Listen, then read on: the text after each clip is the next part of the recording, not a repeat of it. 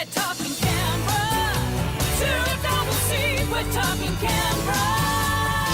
A 2CC Tim Shaw podcast. In Canberra tonight, there's going to be a public event at King O'Malley's, and the topic? Vaping. Now, the campaign to legalise nicotine vaping comes to Canberra tonight with this special event at King O'Malley's. Brian Marlow is the campaign director of Legalise Vaping Australia, and he joins me on the line. Brian, welcome back to 2CC. Thanks for having me on again. Why is your team coming back to Canberra? And just remind my listeners, what is vaping? Well, first of all, I'll just highlight what vaping is. So vaping is a way to heat a liquid and create a vapour that people can then inhale. It essentially mimics the act of smoking, but because you're not burning a tobacco leaf, you're consuming something, or you're inhaling something that's 95% less harmful than traditional cigarettes. So it's used as a quit aid for smokers, and it's something that's helped thousands of smokers and millions of smokers overseas finally kick the habit and get off tobacco and switch to a far safer alternative. Do you know, Brian, it was interesting. Labor policy at the 2016 election was to increase excise on tobacco products. They didn't win the election. Mr Turnbull formed a government and he promptly accepted Labor policy. I think in this budget we've just had handed down $17 billion collected in tobacco excises, Brian. It's the fourth highest excise collection in the country.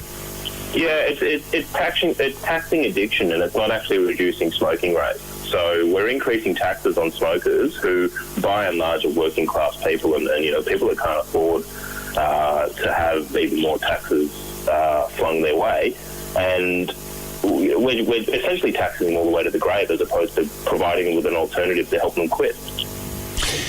Now, tell us what you'll be discussing tonight, because Legalise Vaping Australia, your team, you've done public events. What's going to be happening at King O'Malley's?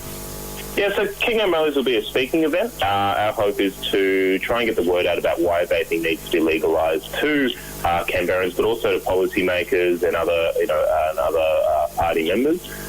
It's a non-partisan event, so members from any party are welcome to come along. We think that this is a non-partisan issue. It's more of a policy issue, and we'd like to work with anyone who can help us get nicotine vaping legalised and help smokers make the switch to a safer alternative. Brian, so the event is to educate people and to explain the vaping issue in more detail, because it's a fairly complex issue that a lot of people don't understand. We've opened the lines here on the 2CC breakfast program, and the number of people that had said when they commenced vaping, the alternative delivery of the nicotine that they've been addicted to for years, they've never thought of buying another packet of cigarettes or actually smoking another cigarette. Many have actually completely stopped the habit. So there are nicotine alternatives available at your chemist shop. You've got patches and things. Why is the federal government, and I understand too the Labor opposition, so against the introduction of legalised vaping here in Australia?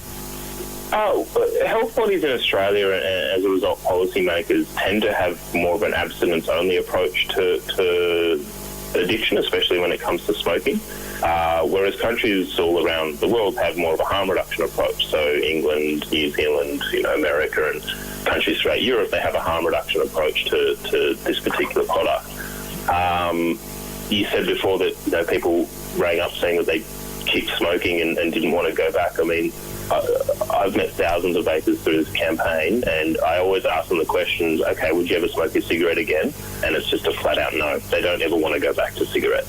So health bodies need to actually consider that there's over 250,000 vapers in Australia, and these are people that have quit smoking. So we have a growing group of vapers that aren't being listened to, and they need to listen to them in the lead up to the election. Any candidates in any political or independent seats that are jumping on board the cause, Brian? Yeah, the Reason Party in Victoria supports vaping legalisation. The Liberal Democrats support vaping legalisation. There are Liberal Party members who publicly support it, and it's a case of them trying to convince the federal party to overturn the current bans.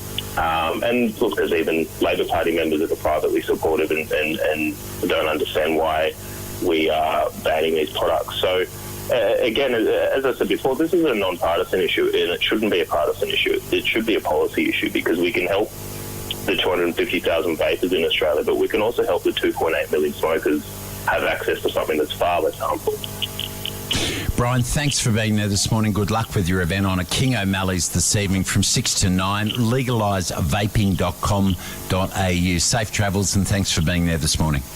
Thank you so much. Brian Marlow is Campaign Director of Legalise Vaping Australia.